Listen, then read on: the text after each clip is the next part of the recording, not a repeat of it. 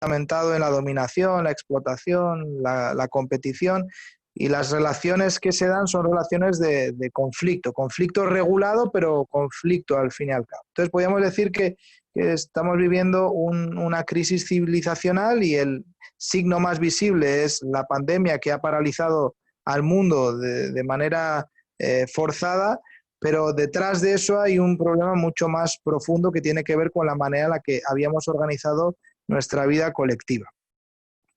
Por otro lado, podríamos decir que la crisis actual es un recordatorio del signo de los tiempos, que parece que es la necesidad de avanzar hacia la unidad del mundo y la federalización de las naciones. Esto es un principio fundamental Bahá'í, pero hay muchos otros autores que también están de acuerdo con esta idea. Martin Albro es uno de ellos, que plantea que estamos entrando en la edad global y todos los procesos sociales importantes se han globalizado. Se ha globalizado la comunicación, se ha globalizado la tecnología, se han globalizado las amenazas, el terrorismo, el crimen organizado, se han globalizado las migraciones, se ha globalizado la cultura, se ha globalizado los emprendimientos científicos, pero la política, que es la manera en la que organizamos los asuntos, es el sistema que nos sirve para organizar los asuntos humanos de manera colectiva, la política no se ha globalizado. Y eso ha generado un déficit de gobernanza global. Entonces esta crisis también es un recordatorio de que tenemos pendiente avanzar hacia la integración mundial para poder dar respuesta a los problemas más importantes que la humanidad tiene y que después intentaré identificar.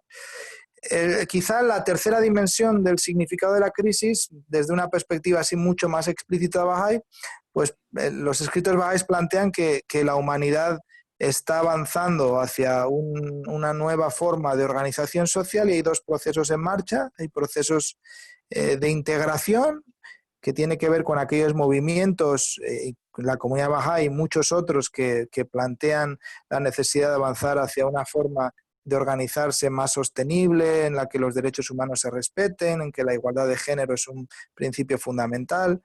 Y también hay procesos de desintegración, ¿sí? Hay crisis, hay problemas que van abriendo el paso para que las nuevas tendencias puedan cristalizar y materializarse.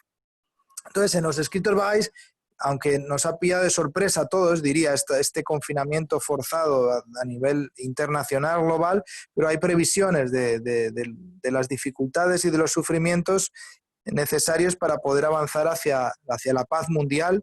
Se habla de pandemias, de guerras, que son como revulsivos. Podríamos decir que las cartas que Baha'u'lláh envió a los reyes de la época, mientras estaba primero en Adrianópolis y de Edirne, y después en Aca, en San Juan de Acre, pues son el preludio de las dificultades que la humanidad tendría que atravesar si no se crea un sistema de seguridad colectiva y se federalizan las relaciones entre los estados.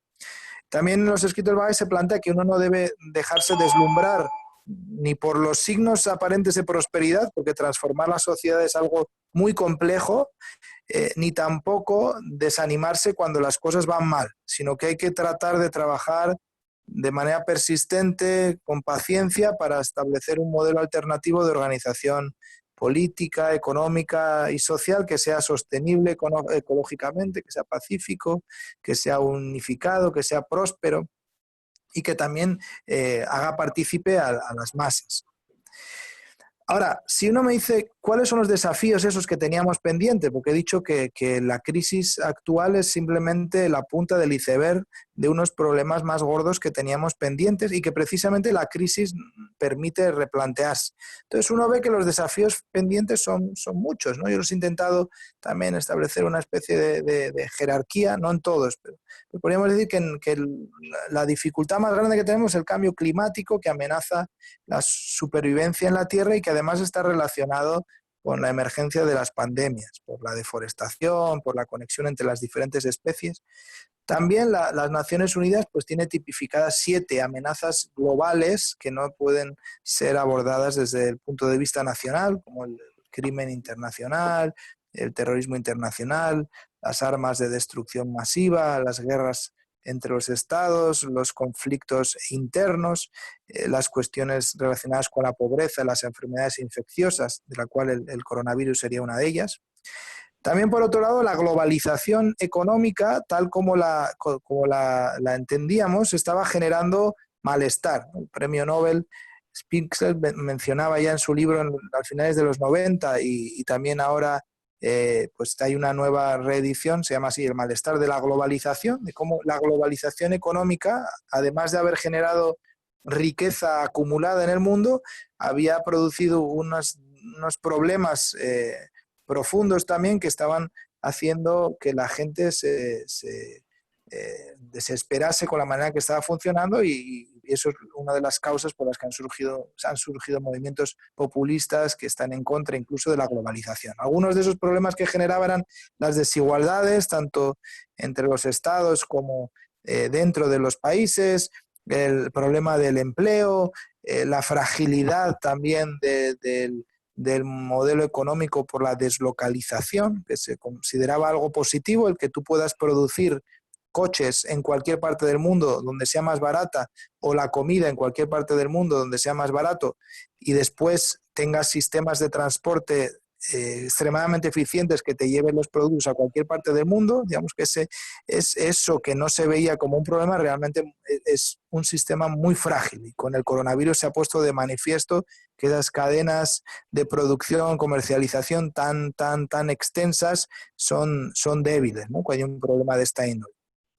Por otro lado, el modelo de desarrollo social económico también podríamos decir que es frágil, ¿no? Y hay unas bolsas de pobreza que no habían logrado abordar. La ONU, pues, en los últimos informes sobre la situación social del mundo, pues alertaba de unas bolsas de pobreza, a pesar de que el umbral de la pobreza estaba reduciéndose, el número de personas que viven bajo el umbral de la pobreza se ha ido reduciendo, había unas bolsas estructurales que no habían experimentado ninguna mejora en las últimas décadas.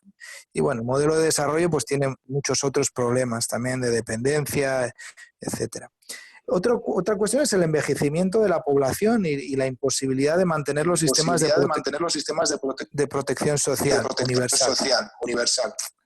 Y otro desafío es aquellos... Escucho un eco ahora, no sé si alguien ha activado el mic. Bueno, hay una serie de problemas relacionados con el envejecimiento que hace difícil que en aquellos países donde hay protección social se mantenga y obviamente en aquellos países donde no hay protección social el desafío es poderla extender. Otro lado está la robotización del trabajo, los avances en el genoma humano, los sistemas de aprendizaje inteligente, pues que también están están generando unos retos para nuestra vida colectiva como la misma organización del trabajo. Bueno, si de repente ahora solo hay robots que hacen el trabajo manual, ¿qué pasa con los trabajos poco cualificados? ¿Qué hacemos con la gente que se queda sin empleo? Y bueno, y podríamos decir que a todos esos desafíos ahora se le van a sumar dos. Uno, que es cómo respondemos ante la crisis sanitaria, ¿no? Las medidas de distanciamiento social, la generación de una vacuna, la producción de una vacuna y la universalización de la misma, etcétera. Y la crisis económica que viene, ¿no? Que todos los analistas, todo el mundo está pendiente, pues dicen que el PIB mundial se va a reducir en un 3%, ¿no? En 2020. Países como España un 8%. Bueno, digamos que va a tener un impacto sin duda esta situación. Ahora, el segundo punto es la cuestión de la oportunidad. ¿Será esta crisis una oportunidad? Yo lo que planteo es que hay tendencias ambivalentes. Por un lado, sí que parece una ventana de oportunidad para hacer ajustes fundamentales, ¿no? Digamos que se ha abierto la caja de Pandora. Había cuestiones relacionadas con los desafíos que he dicho que no estaban en el debate público y que de repente se ha abierto el debate público a cuestiones que estaban allá en los márgenes de las discusiones. Entonces hay nuevas sensibilidades, hay nueva receptividad a las propuestas para pues, abordar las cuestiones que he mencionado. También el hecho de que nos hayamos paralizado te obliga a pensar, ¿no? Digamos, la crisis actual nos ha metido en casa a todos y no podíamos salir a hacer mucha cosa y nos ha obligado a pensar. Es verdad que la tecnología nos tiene hiperconectados y da la falsa sensación de ocupación y estrés permanente, pero hemos podido pararnos a pensar y hacer replanteamientos. Otros dicen que la Tierra también, que es un descanso que está generando muy corto, ¿no? Si pensamos el impacto que ha tenido sobre el medio ambiente las políticas económicas desde el siglo XIX, pues obviamente por mucho que descanse la Tierra durante unos meses, no va a poder todavía reactivar la vida que tenía anteriormente, ¿no? Pero bueno, podemos decir que es un momento de descanso. También podemos decir que es un momento para revisar los fundamentos de la sociedad, como la familia, porque el confinamiento nos ha tenido a todos en el hogar. Otra cuestión que ha surgido también muy nueva, depende de los países, es la conciencia de nuestra interdependencia. Del coronavirus te tienes que proteger tú, pero para proteger a la comunidad. No para protegerte a ti mismo. De hecho, los niños y los jóvenes que no son tan afectados, pues también tienen que tener medidas todavía mayores para evitar contagiar a los más vulnerables. Entonces, nos hemos vuelto más conscientes de nuestra interdependencia y de la interconexión. Y por otro lado, se ha puesto en valor la solidaridad, podríamos decir. Ahora, todos estos cambios espontáneos no tienen por qué ser duraderos. Podríamos decir que lo que estamos viviendo es un experimento social, mundial, forzado, imprevisto, pero los resultados no son predecibles. Uno tiene que tener esperanza en que se puede cambiar a mejor, pero eso requiere que hagamos cosas, ¿no? Que después mencionaré. Entonces, porque uno cuando ve las tendencias que han surgido, a pesar de que acabo de mencionar las oportunidades, uno ve que las tendencias que han surgido son muchas veces contradictorias, ¿no? Entonces, en relación a los patrones de comportamiento individual, pues ha habido mucha solidaridad, pero también mucho egoísmo. Ha habido control del consumo, pero también consumo exacerbado de información, de mascarillas sin control, de papel higiénico, ¿no? Digamos, ha habido cooperación, pero también hay polarización en muchas sociedades, polarización política, mediática.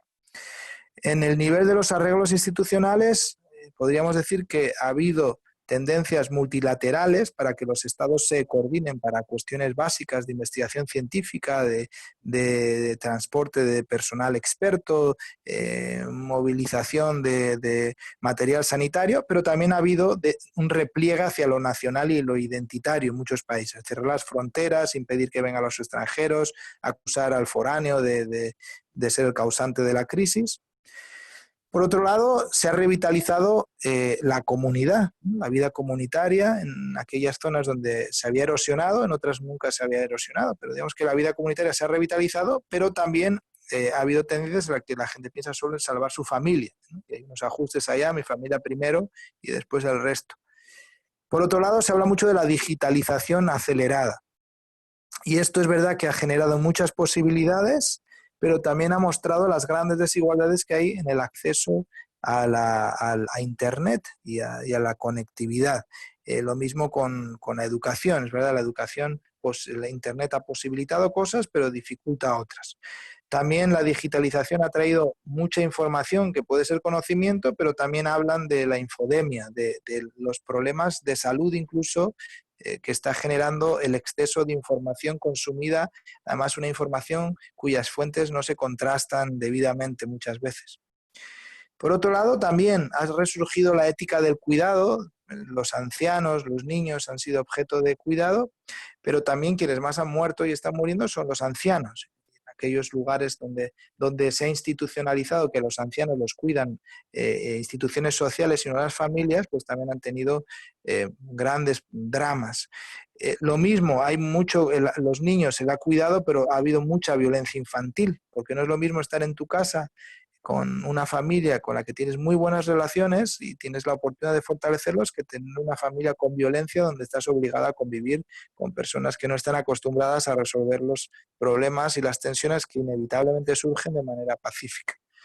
Entonces, lo mismo, en el hogar ha habido un aprecio del hogar, pero también se han dado muchos episodios de violencia intrafamiliar, especialmente contra las mujeres. También el estar en el hogar ha hecho que se avance hacia la conciliación familiar, pero también ha incrementado el estrés por estar todo el día conectado y no diferenciar lo que es el trabajo, el descanso. Para algunos trabajar desde el hogar es algo muy placentero, para otros es una gran tragedia porque viven al día y no tienen la posibilidad de salir a trabajar para ganarse el sustento. Y por otro lado, podríamos decir, por poner otro ejemplo, también otro cambio de esos ambivalentes, pues se parece que el estatus es el aprecio que la sociedad tiene de algo, ¿no? En este caso de las profesiones. Pues parece que está cambiando, ¿no? El estatus de las profesiones, de repente el personal sanitario, las personas que trabajan también en las industrias de la alimentación, pues se les ha aplaudido, se les ha valorado mucho, y también se dice que los intangibles que hablan los economistas, los valores como la solidaridad, la compasión, se han infundido en la vida colectiva mucho más. Ahora, no sabemos si es una tendencia permanente o pasajera. Un indicador bueno será, por ejemplo, de la redefinición del estatus de las profesiones, cómo quedan los salarios. Y también hay una redefinición de los salarios para que aquellas profesiones que en principio se valoran más actualmente, también los salarios son los más altos. Bueno, el tercer y penúltimo punto son las medidas necesarias a nivel institucional. Entonces, aquí, por ejemplo, en España, la Oficina de Asuntos Externos, desde hace tiempo, en colaboración con otros representantes políticos de diferentes signos, intelectuales y activistas, han estado en un proceso de reflexión sobre cuáles parecen las medidas más urgentes desde el punto de vista político-institucional. Y hay cinco medidas que sobresalen. Seguramente puede haber otras, pero nosotros hemos identificado estas y son las que hemos intentado también promover, ¿no? Hay un manifiesto que se ha promovido, pues, de un conjunto de instituciones en los que también se alude a algunas de estas medidas y que se ha presentado al gobierno aquí y se está haciendo una especie de campaña para poder ejercer un poquito de influencia. Entonces, la primera es el poder avanzar hacia un orden federal, que hemos dicho, y fortalecer los mecanismos de gobernanza global. En otras palabras, la idea es concluir el proceso de integración mundial sin que haya otra guerra, tomando el COVID-19 como catalizador. Muchos analistas han planteado que los revulsivos para lograr tener por lo menos un sistema de seguridad colectiva como las Naciones Unidas han sido 2 guerras mundiales. Entonces, ojalá que esta crisis sirva para concluir ese proceso de integración y dotar de mecanismos de autoridad, con autoridad a esas instituciones internacionales. Eso parece lo más importante porque, como hemos dicho al principio, el signo de los tiempos son los problemas globales, entonces global también tiene que ser la respuesta. El segundo punto es aprovechar esta crisis económica para revisar el modelo económico, intentar que la inversión que va a ser muy necesaria ahora sea una inversión en una economía circular, sostenible, ecológica y cognitivamente. Esto de sostenible cognitivamente significa que no queremos un modelo en el que todos somos consumidores de alta tecnología, pero finalmente la capacidad de producción está solamente en unos pocos. O todos somos consumidores de muchísimos alimentos diversos de cualquier parte del mundo, pero se producen en muy pocos lugares. La idea es que en todas las localidades puede haber también unas estructuras básicas, ¿no? Y también que el modelo económico, pues aunque sea local, que se suele decir, ¿no? Con vistas mundiales, pero anclado en lo local, también proteja a los más vulnerables. Un tercer punto tiene que ver con las relaciones que se dan dentro de la sociedad. Cuando uno ve las sociedades que supuestamente son modernas, el eje que vertebra las relaciones es la competición. Y alrededor de la competición, una competición regulada para que no haya conflicto abierta, alrededor de la competición se dan todos los sistemas sociales, la política, la economía, el sistema jurídico, el sistema académico, los medios de comunicación e incluso las organizaciones civiles actúan como las luchas, ¿no? Las luchas contra males sociales. Entonces, es una oportunidad para redefinir esas relaciones porque todos los estudiosos de los cambios que se han dado en los últimos años dicen que una sociedad tan compleja como la actual, tan interconectada, ya no puede utilizar la competición como eje de la vida colectiva, sino que tiene que aprender a establecer formas más cooperativas de relación social. Entonces, la cooperación es un principio que se ha de fortalecer y también se debe aprender cómo cooperar, pero luego, por otro lado, también rescatar algunas unidades de vida social como la comunidad que habían desaparecido. En algunos lugares del mundo la comunidad había desaparecido y en otros la comunidad era un ente opresivo. Así que ha habido esas dos tendencias. La comunidad es el sentido de pertenencia a un grupo geográficamente localizable donde haces los aspectos más básicos de tu vida. Entonces, esas comunidades que se asocian con comunidades tradicionales eran un poco opresivas con el individuo. Entonces, con la modernización de los países, uno de los supuestos avances había sido la individualización también, que las personas se libraban de esos yugos que imponía la colectividad sobre la persona, pero lo que había producido es una atomización de la vida y una imposibilidad de emprender cualquier proyecto colectivo. Entonces es una oportunidad para redefinir las relaciones de la comunidad, el individuo y las instituciones a la luz de los principios de reciprocidad y cooperación, y también es una oportunidad para que los subsistemas sociales que he dicho, la política, el sistema jurídico, los medios, la economía, etcétera, también avancen hacia formas más cooperativas.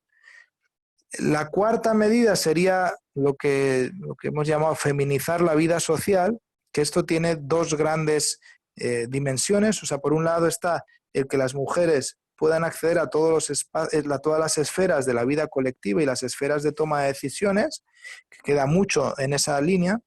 Pero no solamente eso, sino que también las cualidades o los rasgos que se asocian con la feminidad, que no necesariamente es de las mujeres porque sea inherente, puede haber sido por el proceso de aculturización histórica, pero hay rasgos como la cooperación, la búsqueda de soluciones de manera pacífica, el pensamiento holístico, la empatía, la sensibilidad, formas de racionalidad no instrumental donde se tienen en cuenta valores.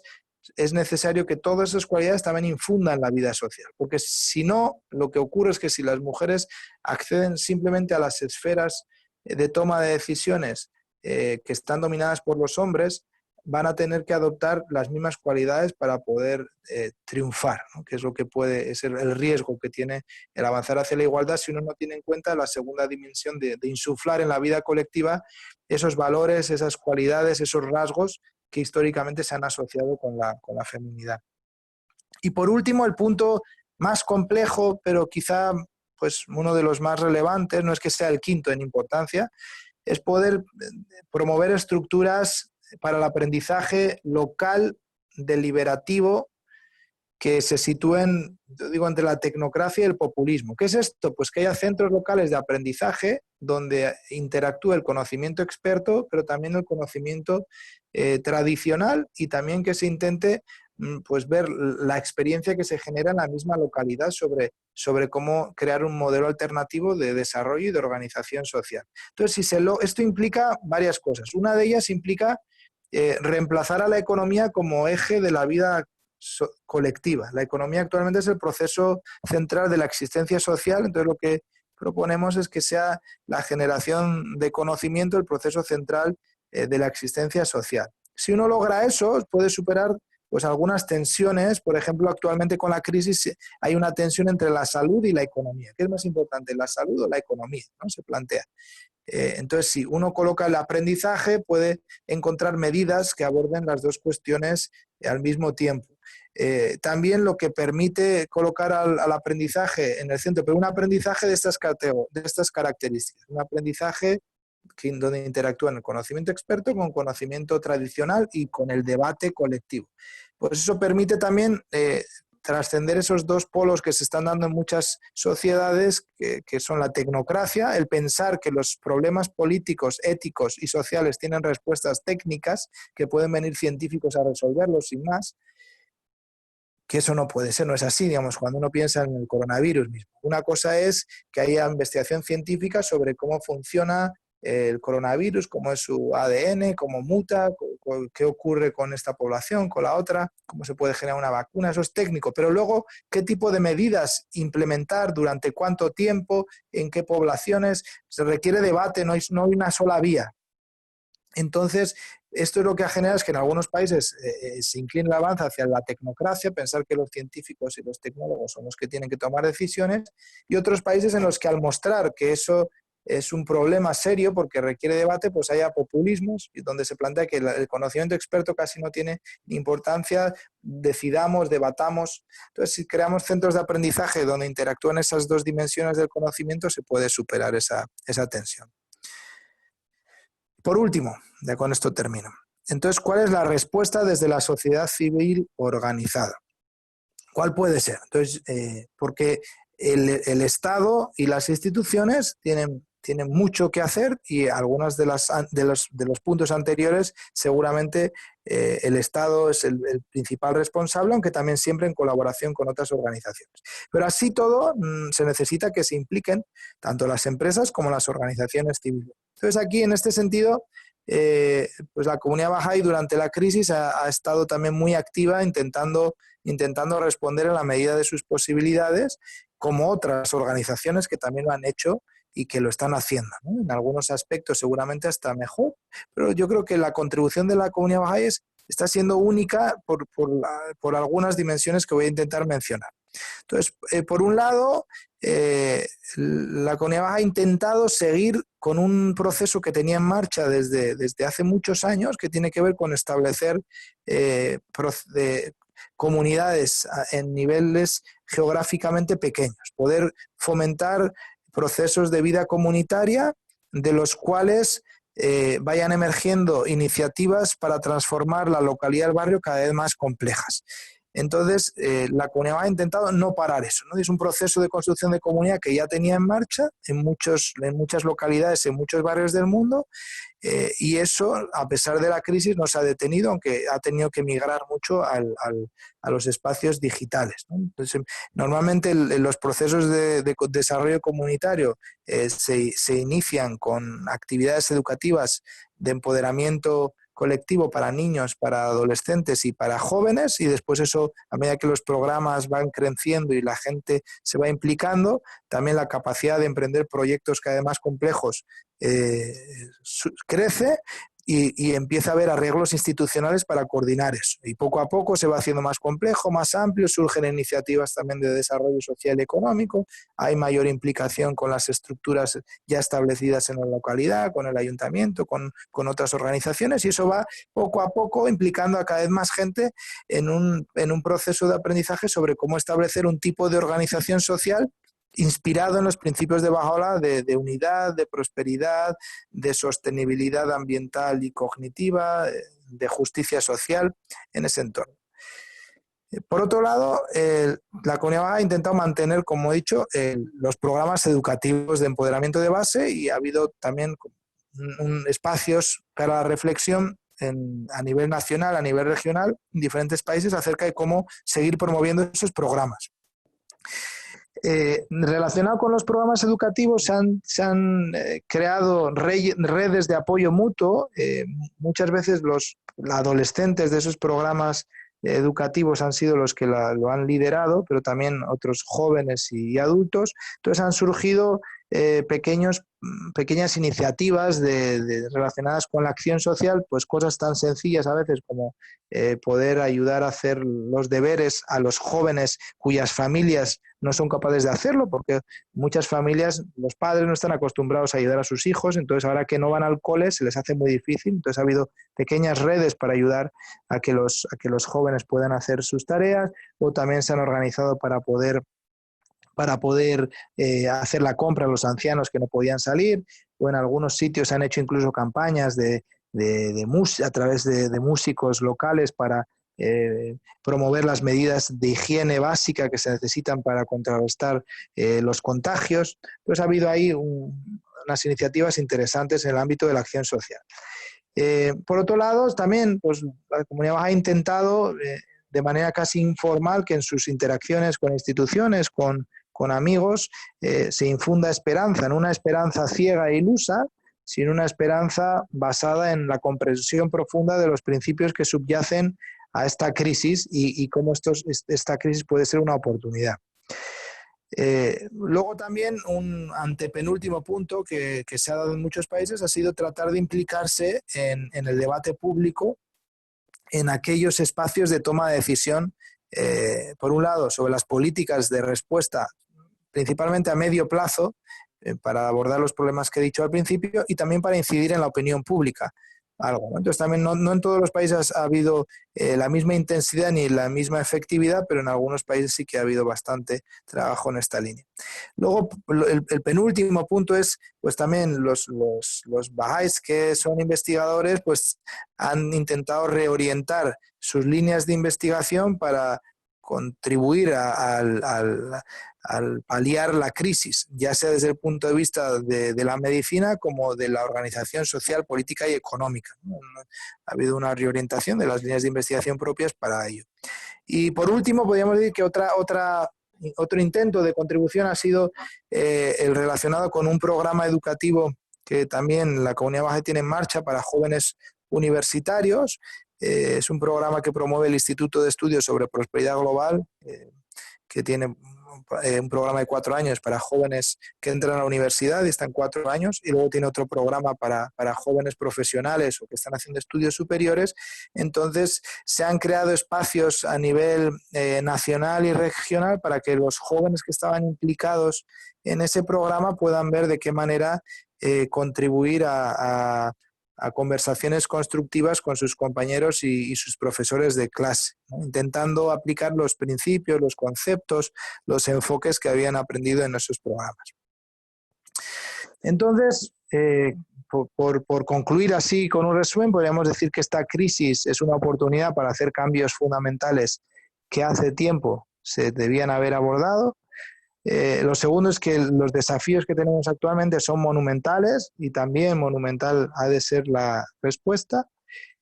El tercer punto sería que si no se toman medidas, el mayor riesgo que hay es volver a esa normalidad pasada, porque era una fábrica de riesgos, como he intentado mostrar al inicio. Esa normalidad de la que se habla en realidad estaba acabando con el planeta y con nosotros.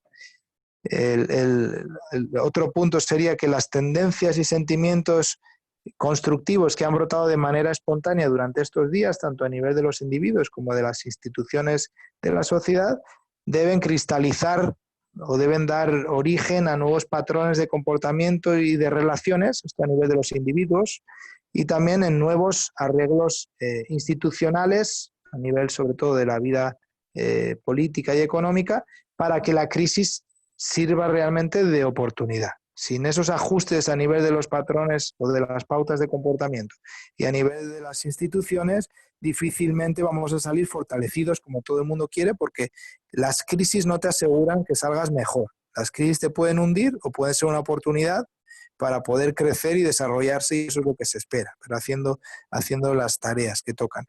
Y por último, decir que todos podemos y debemos contribuir a este reto histórico que estamos viviendo, y que aunque tiene el símbolo más visible en el COVID-19, en el coronavirus, realmente entraña una serie de retos y problemas interrelacionados que se relacionan con la necesidad de poder construir un orden social basado en otros principios, ¿no? El principio de la unidad de las naciones, el principio de la justicia social, la sostenibilidad económica, la prosperidad, etcétera.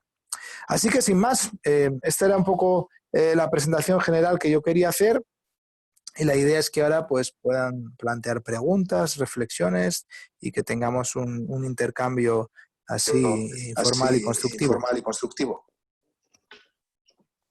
Sergio, muchísimas gracias. La verdad que nos has hecho como un boceto de todo este tiempo que hemos pasado.